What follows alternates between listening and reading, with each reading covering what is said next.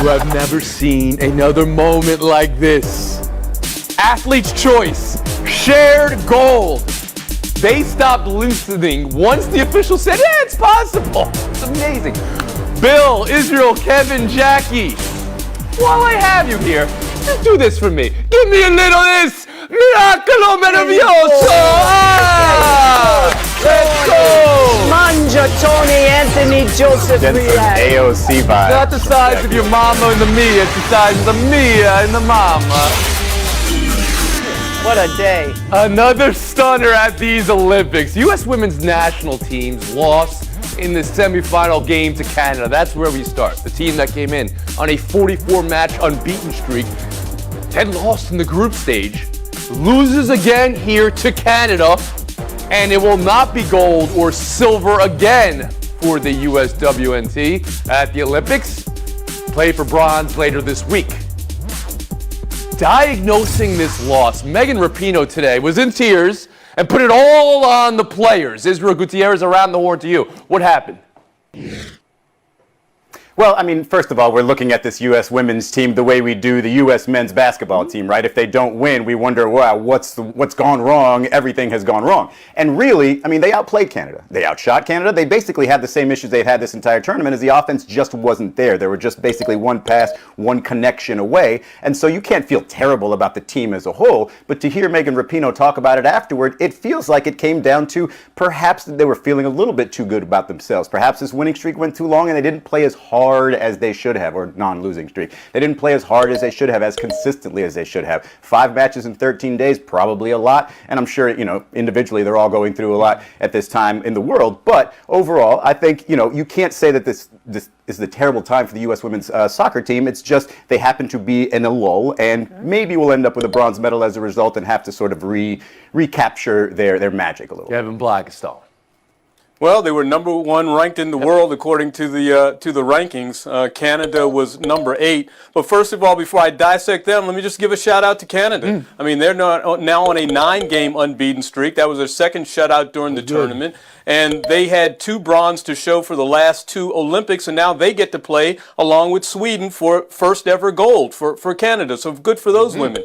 Look, we talked about some of the questions with this team coming in. There was a questionable choice for coach. There was the old roster. They added a 21-year-old, and still they almost averaged 30 years of age. So of course, that's a lot of soccer and a lot of experience. And they had some bad luck in this particular game for a team that struggles to score. You lose your keeper to an injury, and shortly thereafter you give up the goal and you go and you realize what your fate is. So a tough road all the way around. And hey, they don't have a birthright to the championship despite how good they are. Jackie McMullen.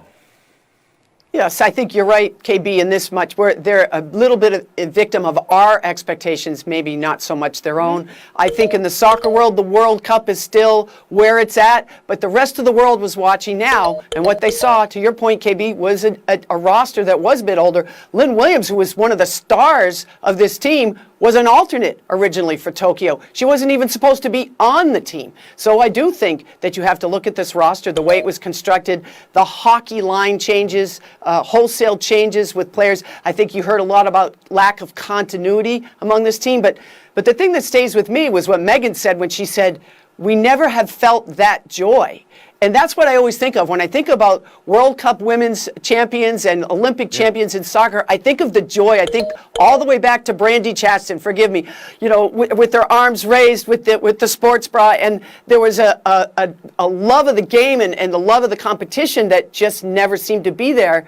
And I don't think you can ever put a price on that. I will also point out, as we have over and over again, Tony, 9 disallowed goals. Well, that's because of, that's a lack of discipline. That you got to look at the coach and that kind Israel, of situation. you brought up 5 games in 13 days. Well, everybody plays that. The 9 disallowed goals, that's something that not everybody had. Bill Plaschke, you heard Megan Rapinoe today, and she was in tears. And then she was trending after the game because there's such a spotlight on her. Jack, you said maybe we have too high expectations for this team. This team has certainly put out what they deserve and how much they are the best in the world. Plashke, where are you today on the U.S. women's national team? Why are we all dancing around the obvious? This team needs a reboot.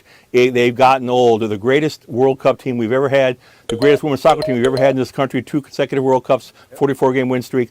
11 players are over 30 years old. The front line is all over 30 years old. Rapinoe, Lloyd, Morgan, they're all over 30. Heath, they're all over 30 years old. They didn't get a shot off today until the 65th minute.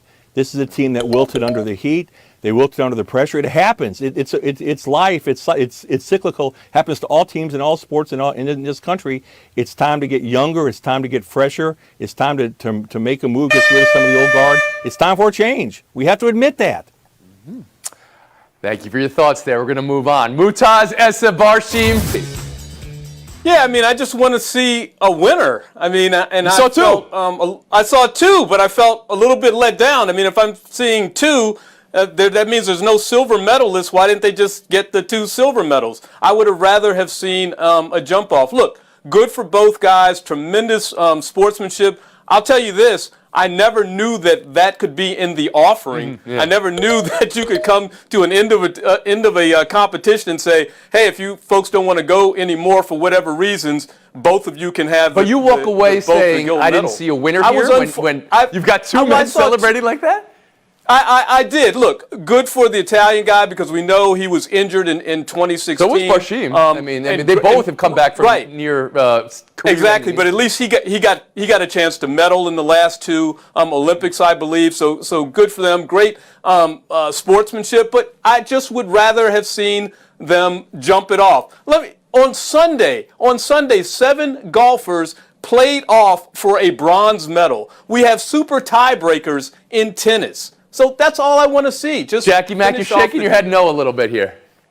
Yeah, I can't sign off on that with you, KB. These are the moments in the Olympics I live for.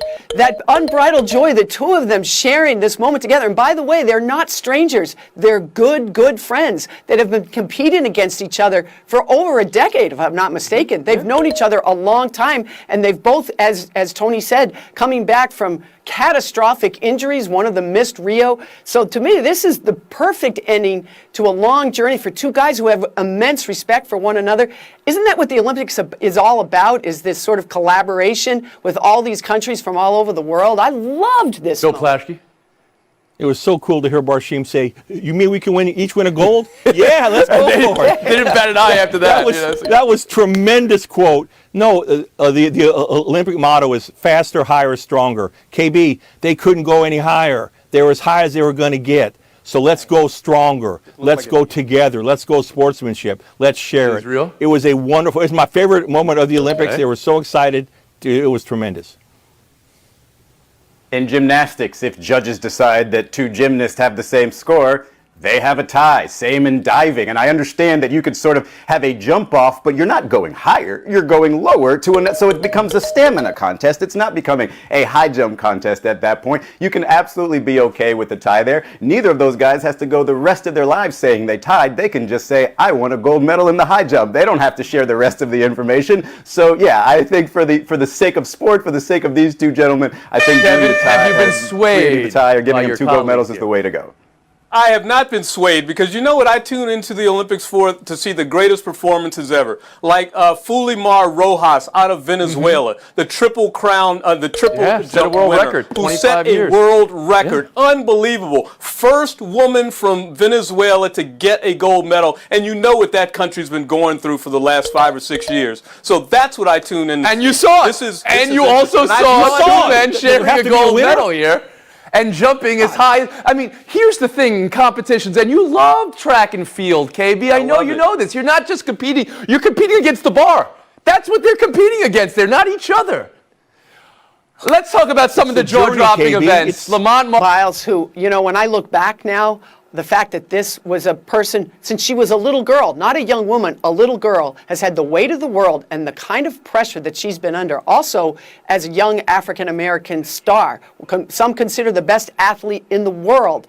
how she has handled her mental health up till now, I am now retroactively astounded because we never saw any evidence of this, Tony. So for her to now come forward and decide, I'm going to do this last event, I think it's fantastic. She's doing it on her terms. I'm pretty sure, I hope, that no one is pressuring her to do this. And so I say, good for you. I could care less about the results for Simone Biles. I don't care if she medals. I just want her to take the next step back to the most and the strongest person she can be. So I salute her, as I have all the way through these Olympics.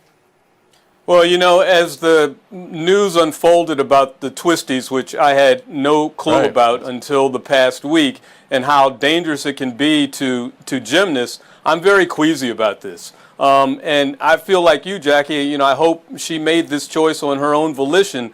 But, you know, we've watched the NFL and we've watched college football the last few years. And every time somebody gets dinged to the head, you know, our first concern is whether or not that person should be back in the game. And anytime they come out the tent and they run back onto the field, we want to point the finger. And I just hope that, you know, they have her best interests at heart, because sometimes the coach or people running sports have to be the one to tap the athlete on the shoulder and say, no, not this time. You've done well enough for us. Gutierrez. Extending that shout out really quickly to Raven Saunders, who made this symbol after winning the silver in the shot put, representing, as she says, the intersection where all people who are oppressed meet. She's a gay black athlete, and that was a very cool moment there. But as it goes for Simone Biles, I do believe that in this event, and I think Jackie said it best, on her terms, it's probably the safest event for her, but it's the event where she, if she's feeling good, if she's feeling okay and can represent herself, can sort of end the Olympics on a good note, even for her without a medal, just knowing that she can land on her feet almost literally once again. Bill, we talked before about the U.S. women's national soccer team and how that was a polarizing team. Simone Biles in the last week, whether it's been right or wrong, has been polarizing figure in some ways. How do you handle the news today? I just hope NBC is not putting pressure on her. I hope her sponsors aren't putting pressure on her.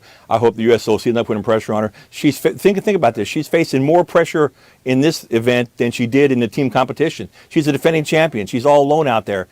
I just hope she's mentally well for this, and I hope she wasn't, you know, swarmed and suffocated by the pressure. We'll find out. I'm queasy. I'm like KB. I'm queasy.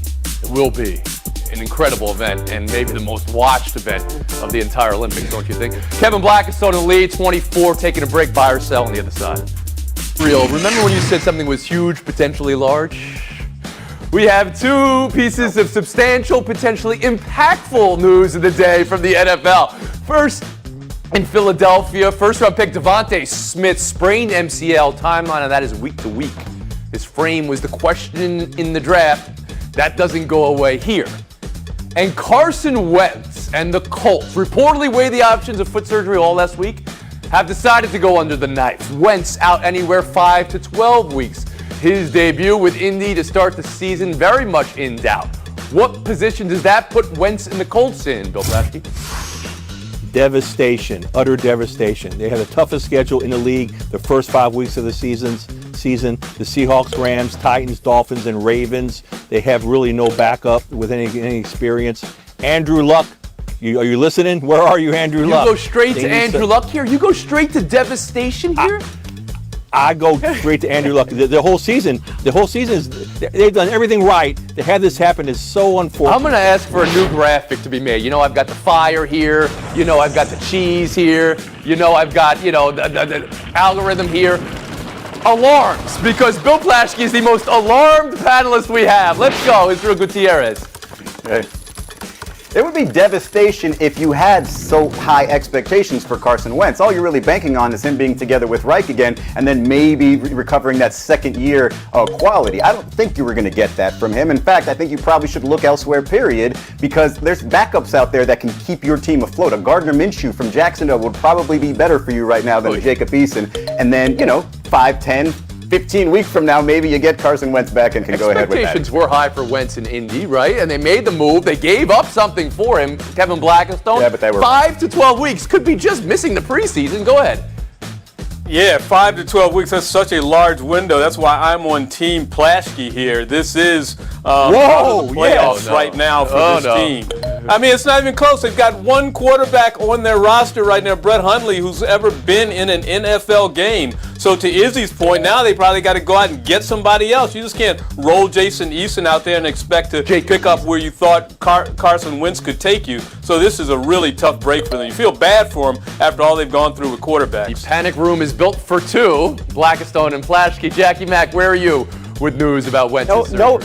No padded walls where I'm sitting, Tony. No padded walls at all. 5 to 12 weeks. Let's say it's closer to 5 weeks. As you said, he only misses maybe 1, maybe 2 games tops. And this team is built with a great offensive line. You're going to ask Jacob Eason to hand the ball off to the running back for 2 or 3 weeks. I think he can handle that. And I think you're going to tell people 5 to 12 weeks because of Wentz's injury history. And people always saying, oh, the guy's never healthy, he can't be on the field. They're giving him a cushion. Gutierrez is saying it's over. Plashke back in. Last word. Do you really think Carson Wentz is going to be the lower part of 5 to 12 Well, weeks? I don't know. Nor should we be guessing about anybody's injury. We have no idea. But don't you know that Nick Foles right now is the third-string quarterback in Chicago? You can make a deal, reunite him with Frank Reich. Wentz and Foles together did all right when they were together. Anybody concerned real quick about Devontae Smith? Anybody? I mean, that is only a week-to-week injury, but the questions His about frame going into the season was what I was concerned with. All right. Well, I'm concerned about Plashke and Gutierrez right now. We'll talk later, guys. Blackistone McMullen showdown.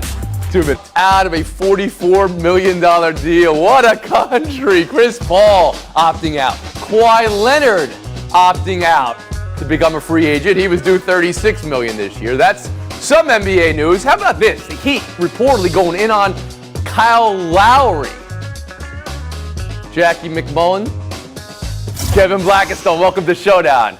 Where are you on the Heat and Lowry, Kevin?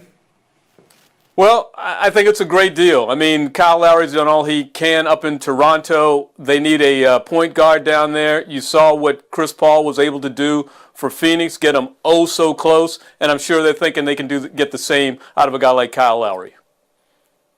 Hey, I love Lowry. I think he's a real gritty guy. I would want him on my team. But just remember what the Miami Heat had in mind. They were hoping they were going to be able to sign Giannis. Of course, that went to the boards a while ago. And as much as I love Lowry, I ask you this question. Are they better than Brooklyn? Are they better than Milwaukee? It puts them in the hunt, but does it get them over the top? I think it's a great move in this moment. But their best bet already went by. Point Jackie McMullen. Showdown 2, sir. I understand you don't win without him, but look at the long haul, please. This guy's too talented not to. Absolutely shut him down, and what an awkward-looking slide. He's far more athletic to go into third base than what he just showed right there. But, yeah, I mean, a third really bad shoulder injury for him. We shouldn't see him until October. 3 separated shoulders this season. There was a 4th in spring training. I know if you ask the player, they're always going to want to play. Somebody step in here for Sergio. 30 seconds of FaceTime goes to Jackie McMullen. Boy, this was an all-Italian. Yeah, it really was. Around the horn. So we talked about the plethora of point guards that are free agents, and I have one in particular that I've been watching for a while. His name is Lonzo Ball. Remember the Ball family? Remember how Lonzo Ball took all the brunt of his father's histrionics and said nothing? He's been with too many teams for too long. People are telling me that he's going to end up in Chicago. I think this is going to be a place where you're going to see Lonzo Ball become a really great NBA player that you can rely on. I love the way he plays. I'm glad he's finally getting a chance to settle in with a coach that believes in him. I'm looking forward to Lonzo Ball's future. Jackie Mack, today's winner. Kevin, I was going to have you share the gold medal, but since you are getting